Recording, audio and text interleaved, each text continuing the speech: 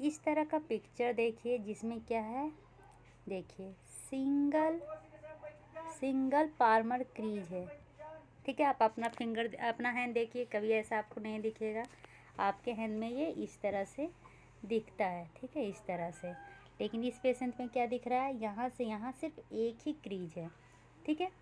दूसरा, आप देख रहे हैं ये जो फिंगर है हमारा, लिटिल फिंगर, वो इस तरह से होता है, लेकिन इसमें क्या हुआ है, इस तरह से मुड़ गया है। ठीक है, जिसका साइंटिफिक नेम क्या है, क्लिंडोडेक्टाइलिया।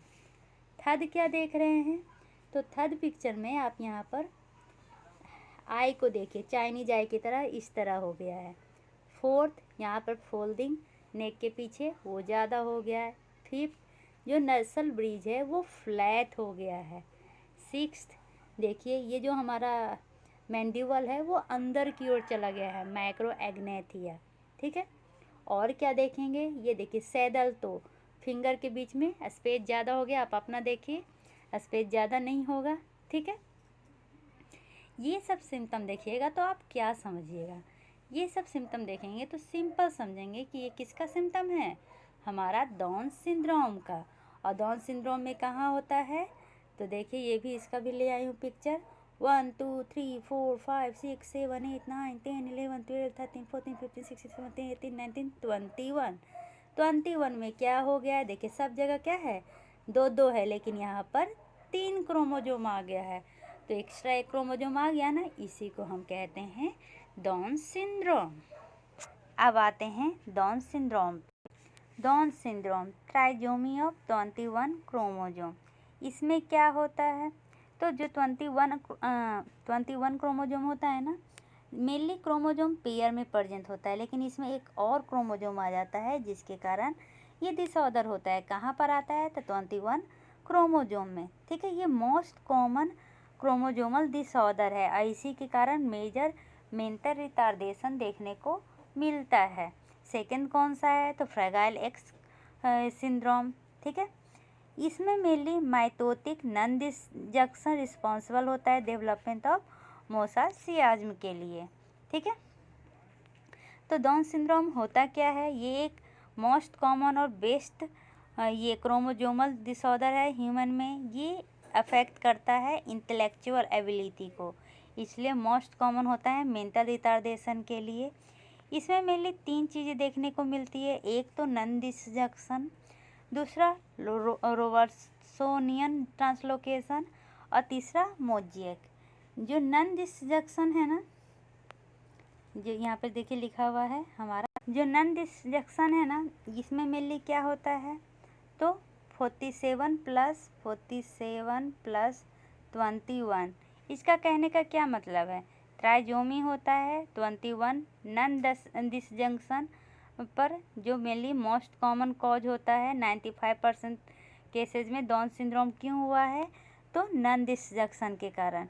इसमें मियोटिक मेनली कहाँ पे देखने को मिलता है, तो 21 क्रोमोजोम में। ठीक है, ये आता कहाँ से है, तो मदर तरफ से आता है। इसका स्ट्रॉन्ग रिलेशन क्या होता है, मैटरनल के एज से होता है। दूसरा रोबर्ट्सोनियन ट्रांसलोकेशन, इसमें क्या देखने को मिलता है, तो इसका जब लिखेंगे ना तो 46 प्लस 21 लिखेंगे। इसमें क्या होता है, ये मेनली 4% केसेस में देखे जाते हैं। इसमें जो एक्स्ट्रा क्रोमोजोम होता है वो डेराइव होता है प्रेजेंस ऑफ रोबर्ट्सोनियन ट्रांसलोकेशन के कारण।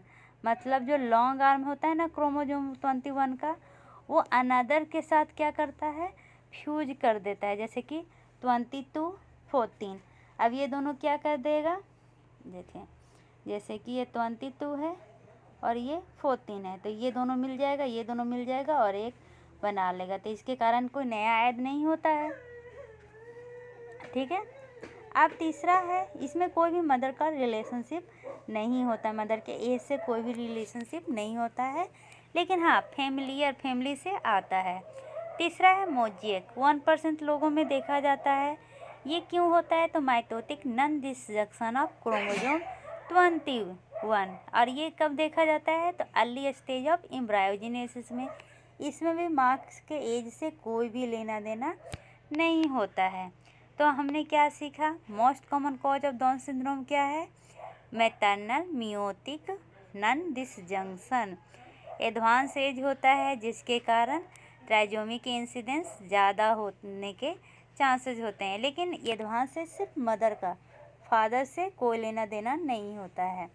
जो लोअर डाउन सिंड्रोम है ना, वो एसोसिएटेड होता है रोवर्सोनियन ट्रांसलोकेशन और मोजेशियम से, लेकिन इसमें माँ के एज से कोई भी लेना देना नहीं होता है। ठीक है, यहाँ तक समझने में कोई भी प्रॉब्लम नहीं होगा। चलिए, तो क्या ये दोबारा आ सकता है? रिस्क ऑफ रिकरेंस है नन डिसजंक्शन में? तो हाँ है। 1 से 4% जो लोग होते हैं ना, उनमें मैटरनल एज के साथ ये रिस्क होता है, और जो 1% लोग होते हैं उनमें जिनका ऑलरेडी एक चाइल्ड जिसको ट्राइजोमी 21 होया हुआ है, वो उनमें रीअकरेंस होने के चांसेस है। और 10 से 15% किन में जो मदर कैरी कर रही है 14q या 20q ट्रांसलोकेशन, मेनली 45XX में। और 100% चांस रिकरेंस का किस में होता है?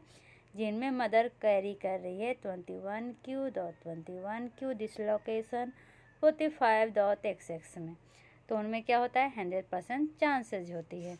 ठीक है, अब जो क्लिनिकल फीचर्स की बात करेंगे तो देख, इसका अगर क्लिनिकल फीचर्स की बात करें ना, तो इसका एक निमोनिक्स है, माई चाइल्ड हैज़ प्रॉब्लम। क्या निमोनिक्स है? My child has problem. अब इससे क्या होगा देखते हैं।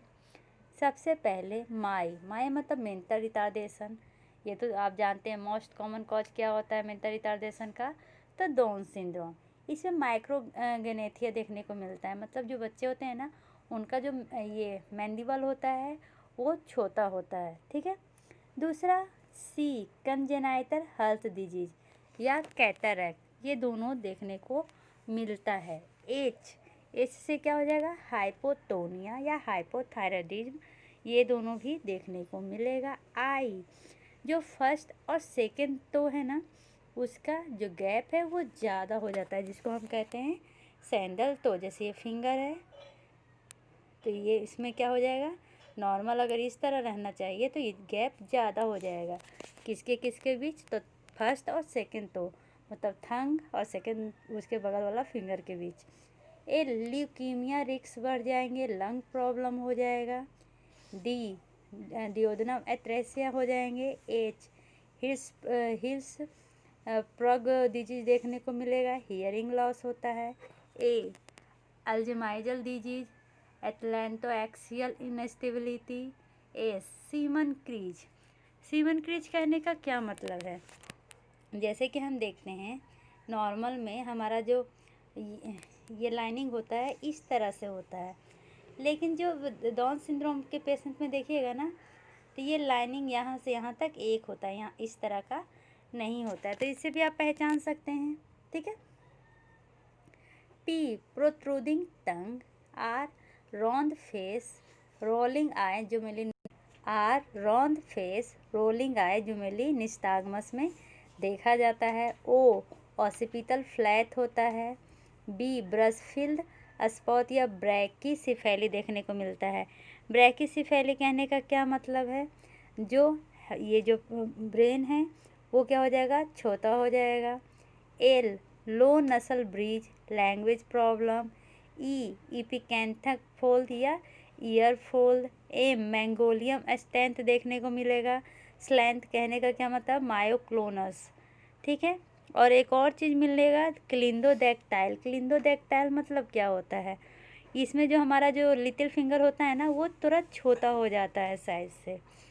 ठीक है, आई डिजीज में अब बताती हूँ अलग अलग ऑर्गन से लेके। ठीक है, क्लिनिकल फीचर्स में आपने क्या देखा कि हाइपोटोनिया, आलसीपन हो जाता है, मसल कम हो जाते हैं, ईयर छोटा हो जाता है, माउथ छोटा हो जाता है, इंटेलेक्चुअल डिसेबिलिटी देखने को मिलता है, हेड छोटा हो जाएगा, पल्पेब्रल फीचर ऊपर की ओर चला जाएगा, जैसे चाइनीज़ लोग में होता है ना ओसा, सिंगल ट्रांसवर्स क्रीज देखने को मिलेगा, वो जो हैंड में अभी बताई थी। आई में कौन कौन सा डिजीज होगा? तो आई में मेनली स्पेकल्ड आइरिस या ब्रशफील्ड स्पॉट होंगे। ब्रशफील्ड स्पॉट कहने का क्या मतलब है?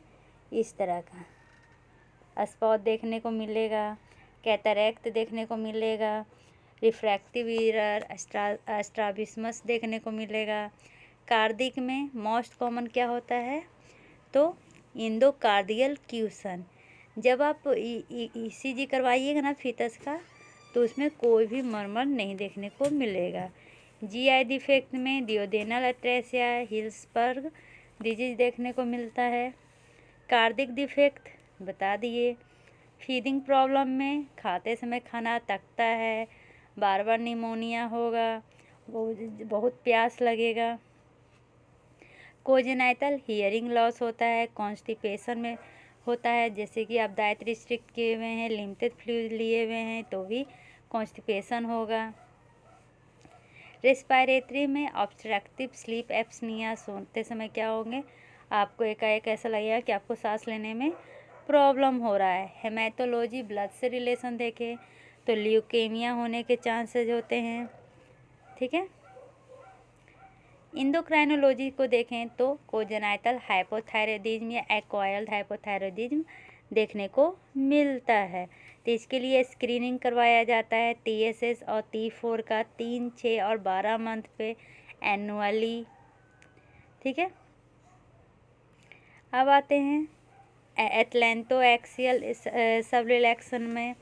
इसमें मेनली हम क्या करते हैं, हिस्ट्री और फिजिकल एग्जामिनेशन करते हैं। उसमें रेडियोग्राफ में क्या देखेंगे कि कहीं neck pain, tonsillitis, limited neck mortality, difficult in walking तो नहीं है, मोटर स्किल का लॉस तो नहीं है, वीकनेस तो नहीं है। इम्यूनाइजेशन देखेंगे कि कैसा है। चलिए अब हेल्थ सुपरविजन करते हैं कि कैसे हेल्थ का करेंगे, उसके बाद स्क्रीनिंग को डील करेंगे। हेल्थ सुपरविजन बिफोर बर्थ, जन्म से पहले हमें क्या करना देखना चाहिए, तो प्री नेटल काउंसलिंग करवाना चाहिए। उसके बाद फीटल इकोकार्डियोग्राम करवाना चाहिए, फीटल अल्ट्रासाउंड एग्जामिनेशन करवाना चाहिए, मेनली जिनको जीआई प्रॉब्लम है, ठीक है। बर्थ से लेकर 1 मंथ तक क्या क्या करवाना चाहिए, हाइपोटोनिया देखना चाहिए, फीडिंग प्रॉब्लम तो नहीं है बच्चे को, स्ट्राबिस्मस, कैटरैक्ट, निस्ताग्मस तो नहीं है बर्थ में या 6 मंथ तक। इकोकार्डियोग्राम करवाना चाहिए, कॉन्स्टिपेशन है तो स्क्रीनिंग करवाना चाहिए। लैब में क्या क्या देख करेंगे, तो CBC देख करवाएंगे, 1 मंथ का है, ठीक है, तो थायराइड का स्क्रीनिंग करवाएंगे। 1 मंथ से 1 ईयर तक क्या है, अगर बार बार ओटिटिस मीडिया आ रहा है तो ENT को रिफ़र करेंगे। हियरिंग प्रॉब्लम है तो ऑडियोलॉजिस्ट से कंसल्ट करेंगे। कैटरैक्ट, निस्ताग्मस और स्ट्राबिस्मस हो रहा है तो ऑप्थेल्मोलॉजिस्ट से कंसल्ट करेंगे। अगर एक्वायर्ड हाइपोथायरॉयडिज्म हुआ है तो उसमें routine vaccine, down syndrome growth curve mainly 6 से 12 मंथ का देखेंगे और फिर एनुअली देखेंगे। 1 से 5 साल के बीच में क्या करना चाहिए, तो मेनली नेक एक्सरे करवाना चाहिए, ठीक है। इसमें क्या क्या देख सकते हैं, atlanto axial instability, annual screening करेंगे हाइपोथायरॉयडिज्म का, ऑब्स्टेट्रिक स्लीप एपनिया जिसमें रेस्टलेसनेस स्लीपिंग होता है, ग्रोथ एंड डेवलपमेंट देखेंगे, रूटीन वैक्सीनेशन देखेंगे, ठीक है। इस तरह से मेनली सुपरवाइज किया जाता है। अब एक बार पूरा एकदम अच्छा से इसका सिम्टम बता देते हैं। क्या है, ये लिखा हुआ है साइमन क्रीज। इसमें मान लीजिए ये हमारा फिंगर है, ठीक है, तो इस तरह से एक ही साइमन क्रीज बनेगा, इसको सिंगल पार्मल क्रीज कहा जाता है, ठीक है। अब है क्लिंडोडेक्टेलिया, इसमें क्या हो जाएगा, जो फिफ्थ फिंगर है ना, लिटिल फिंगर जिसको कहते हैं, वो नीचे की ओर हो जाता है, ठीक है।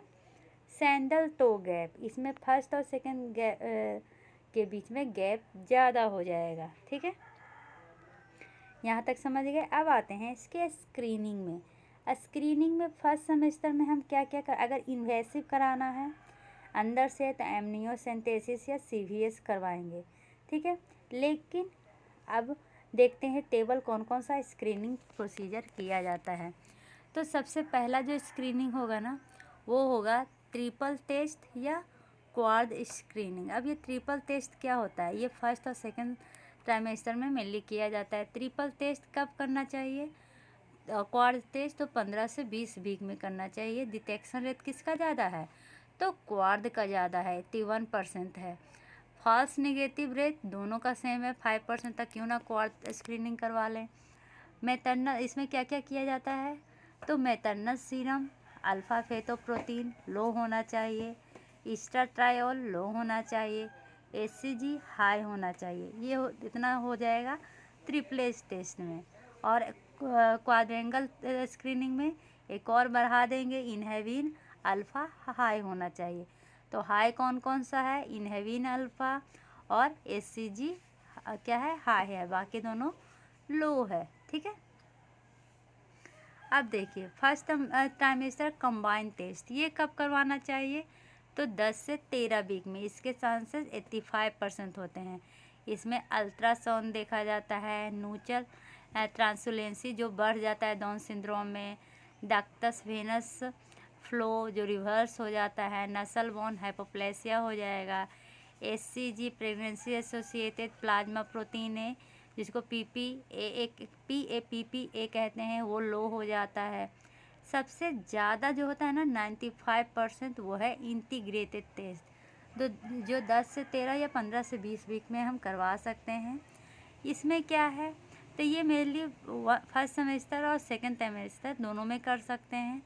इसमें क्या होता है कि फर्स्ट ट्राइमेस्टर में ट्रिपल कंबाइंड टेस्ट करेंगे और सेकंड ट्राइमेस्टर में क्वाड टेस्ट करेंगे। ठीक है, अब आते हैं सेकेंड ऑटोजोमल ट्राइजोमी में। सेकेंड ऑटोजोमल ट्राइजोमी में क्या था, एक तो देखने को मिल रहेगा ट्राइजोमी ऑफ 13 जिसमें पताओ सिंड्रोम है, और ट्राइजोमी ऑफ 18 इदवार सिंड्रोम है। इससे पहले मैं पिक्चर के थ्रू डाउन सिंड्रोम को एक बार आपको दिखाती हूँ, उसके बाद इस सबको डील करेंगे।